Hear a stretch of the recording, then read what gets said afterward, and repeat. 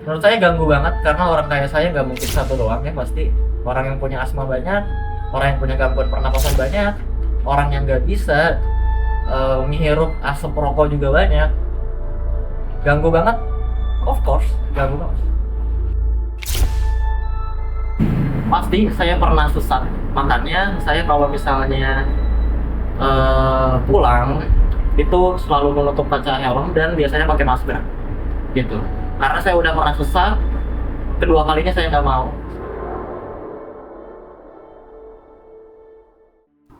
Setiap hari kita melihatnya, di lampu merah, di jalan raya, di tengah kemacetan, dan sebagian besar dari kita sudah terbiasa. Kota Serang bergerak sejak pagi, orang berangkat bekerja, mahasiswa menuju kampus, pedagang membuka usahanya, barang-barang didistribusikan ke berbagai tempat, semuanya bergantung pada mobilitas, dan mobilitas bergantung pada kendaraan. Semakin berkembang sebuah kota, semakin padat pergerakannya. Itu hal yang wajar. Yang tidak selalu kita sadari adalah apa yang ikut bergerak bersama lalu lintas itu. Bukan hanya manusia, bukan hanya barang, tetapi juga emisi. Di antara ribuan kendaraan yang melintas setiap hari, ada satu pemandangan yang hampir selalu muncul. Truk, kendaraan angkutan berat, dan asap hitam yang keluar dari knalpotnya. Asap itu hanya terlihat beberapa detik, lalu menghilang. Setidaknya terlihat seperti itu. Karena sebenarnya dampaknya tidak ikut menghilang, dan bagi sebagian orang, mereka harus berhadapan dengannya setiap hari.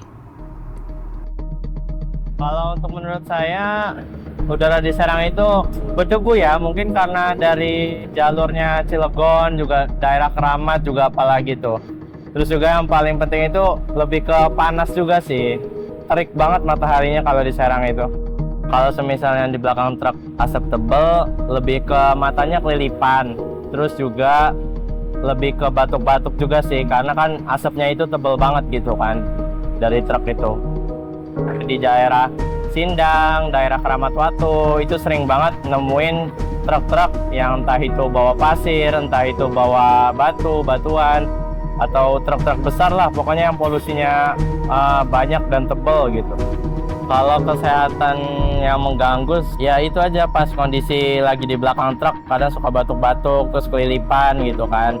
Lebih ke kerasa pusing karena polusi udaranya tuh nggak sebaik yang dulu gitu, karena saya ngerasanya juga kayak beda aja dari yang dulu gitu sekarang.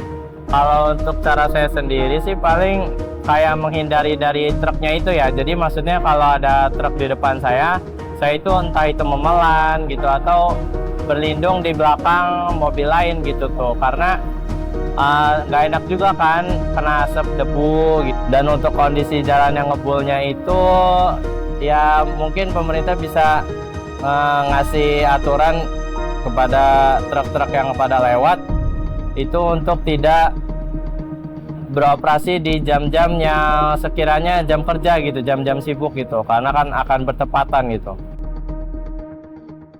Ada orang-orang yang menghabiskan sebagian besar hidupnya di jalan. Pengemudi ojek online adalah salah satunya. Mereka bekerja di antara kendaraan yang terus bergerak. Apa yang keluar dari knalpot kendaraan tidak berhenti di udara. Sebagian akan masuk ke paru-paru orang yang berada di sekitarnya, termasuk mereka yang bekerja di jalanan. Rasanya menyebalkan ya, apalagi kalau misalnya kan kaca dari helm saya itu nggak terlalu kinclong ya, agak bolong, makanya terkadang saya harus membukanya, tapi itu malah bikin polusi masuk ke muka saya. Kalau saya sampai rumah, saya ngelap muka saya, itu kotor banget. Itu kotor iya, bikin jerawatan iya, ya kan. Tadi masalah pernapasan tadi udah dijelasin, dari segala sisi itu banyak kekurangan. Itu udah nggak bisa diapa-apain ya mas, menurut saya itu udah sistem banget. Pertama itu industri, gimana industrinya mau dipindahin semua apa gimana, nggak mungkin. Dan industri itu punya truk, punya mobil, punya kendaraan berat lainnya yang tentu mengeluarkan asap-asap yang karbon dioksida tadi kan. Nah, itu nggak bisa mau diapa-apain, nggak bakal bisa. Malam mereka ada, siang mereka ada. Seperti kalau bisa sih ya dicegah, itu satu, kalau bisa dicegah. Tapi kalau begini terus nanti mirip kayak Kerala di Pakistan, banyak orang meninggal cuman gara-gara polusi udara. Itu kalau makin parah, soalnya kita nggak punya limitasi semakin parahnya itu kayak gimana, karena makin parahnya industri dari asap polusi udara dari industri dan truk ini itu tuh perlahan, ya kan, 1, 2, 3, malah makin lama anak-anak terjangkit, nggak cuma dari jalanan tapi ke pedesaan juga nggak terkena, akhirnya ada limbah lah, ada apalah, makin melebar. Tapi kalau ibaratnya bahasa ngepul mah, karena partainya solar, itu keluar asap ya pasti ya. Kalau bahasa asap, partainya kan itu biasa solar ya. Kecuali kita partainya bahan bakar tali, wajar lah. Iya itu wajar sih, lebih halus lah ibaratnya pengeluarannya ya. Berarti emang ada faktor dari bensinnya juga kan, cuma bahan bakar iya. Berbicara sama motor mungkin dipandang yang punya motor itu kita jelek. Nah itu dia, saya pengen tahu nih, saya juga masanya kayaknya nggak semua truk juga pengen kayak gini. Soalnya kan kita nggak ini, mas udah ketutup. Iya. Kita aja sih. Solar deck sama biosolar. Kalau biosolar 68, sekarang udah 20 ya deck. Kalau solar deck, ya kan 27 sekarang naik. Dan dari sini, kita nih dari sini ke Jakarta, uang jalan cuma 1.200.000, buat mobil 400, hasilnya 800. Nah, bisa berbang bakar. Iyalah, kata itu mah nggak bentuk apa-apa. Iyalah. Terus selama kita kerja udah ada penghasilan. Iya. Asap hitam yang keluar dari knalpot truk adalah sesuatu yang sulit diabaikan. Ia terasa di mata, di pernapasan, dan dalam perjalanan yang harus dilalui setiap hari. Namun, ketika persoalan ini dilihat lebih dekat, ceritanya tidak sesederhana asap yang terlihat di jalan. Karena tidak semua pengemudi truk menginginkan kendaraannya mengeluarkan asap pekat. Sebagian dari mereka juga memahami keluhan rakyat.